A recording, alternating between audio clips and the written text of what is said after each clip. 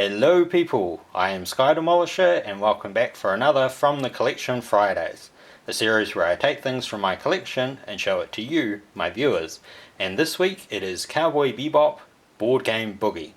Now currently I believe that we will now, if I remember correctly when I'm recording this, we are in the last week or have just finished the last of the 4 weeks of isolation. I hope we're all doing okay. I'm hoping that we're starting to come out of it and things will return to a kind of normalcy. Obviously we'll never get back to the lives that we had, but I hope we're all doing okay. Now I won't pull the components out of this game.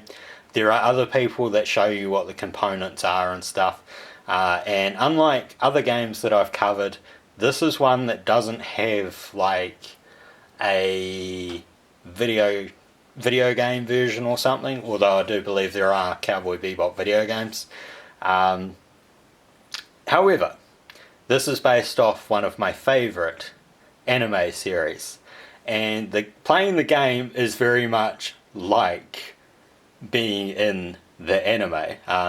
It's basically all set up the same way as, you know, the show is. You're trying to get money, you need money to buy food and fuel, you're trying to balance all of that. There are locations that you get to visit in order to gain things, so you might go somewhere and get food, or you might go and get fuel, or you're talking to like an ally or a lead, and it's all leading you to a point where you're trying to capture bounties while also completing your own personal missions.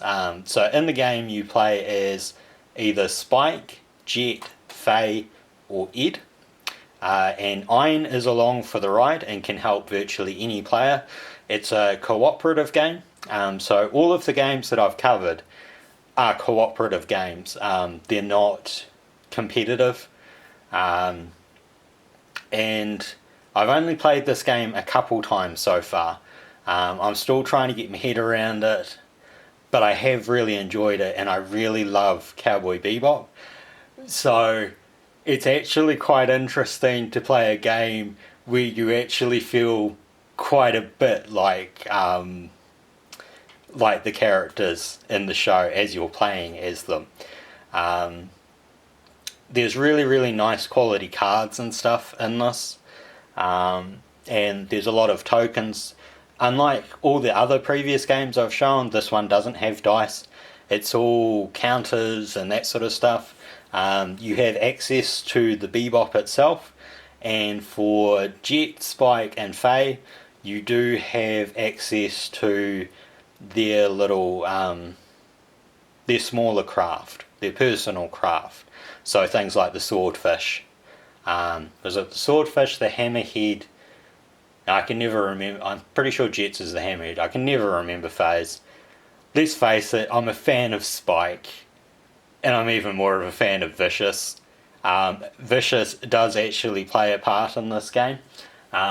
You basically you sort into the deck for the game Vicious cards, and Vicious will pop up every once in a while in the game and throw a complete spanner in the works. So far I've not won any games, and I think that if I played it with other people I might do a bit better, because, you know, when you're playing as, I think, a single player, you still use 2 characters. It can get really confusing as to what's going on. So it is a game for 1 to 4 players. It takes normally an hour and a half to play. And really it all comes down to the luck of the cards. If you're a fan of Cowboy Bebop, I think you'll really enjoy this game. If you've got other fans of Cowboy Bebop, or people that will enjoy your enjoyment of Cowboy Bebop. So I'll leave it here this week. I hope you're doing okay.